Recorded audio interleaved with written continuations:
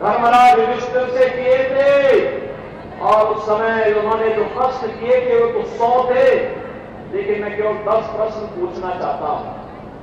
और आप पूछिए, इस सपा बसपा कांग्रेस के प्रत्याशियों से प्रश्न पूछिए, ये प्रश्न इसलिए पूछिए और उनसे बोलिए कि कांग्रेस सपा बसपा को देश के अंदर कांग्रेस को लगभग 60 से 65 वर्षों तक शासन करने का अवसर प्राप्त हुआ था।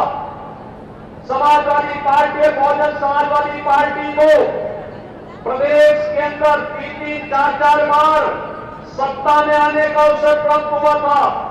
इन्होंने प्रदेश और देश के सामने क्या समस्याएं खड़ी की थी, और इसीलिए मैं आपसे पूछता हूं कि देश के सामने पहचान का संकट करने का दोषी कौन है? देश के सामने सुरक्षा का संकट पैदा करने वाले कौन दोषी हैं? देश को विकास से वंचित करने के दोषी कौन? देश में भूखमरी से हुई मौतों का दोषी कौन? देश में अन्नदाता किसानों की मौत का जिम्मेदार कौन? जो आत्महत्या कांग्रेस की सरकार में अन्नदाता किसान करता था, इसका दोषी कौन है? सपा बसपा कांग्रेस की सरकार में तुष्टीकरण की नीति, घातक नीति के कारण हुए दंगे, निर्दोष लोगों की मौतें और व्यापारियों को हुए नुकसान का दोषी कौन? भ्रष्टाचार की भीषण समस्या के कारण भारत का विकास जो बाधित हुआ, इसका दोषी कौन? पलायन और बेरोजगारी की समस्या के कारण 2014 के पहले जिन नौजवानों ने पलायन किया था, उनके जीवन के साथ खिलवाड़ हुआ था, इसका दोषी कौन है?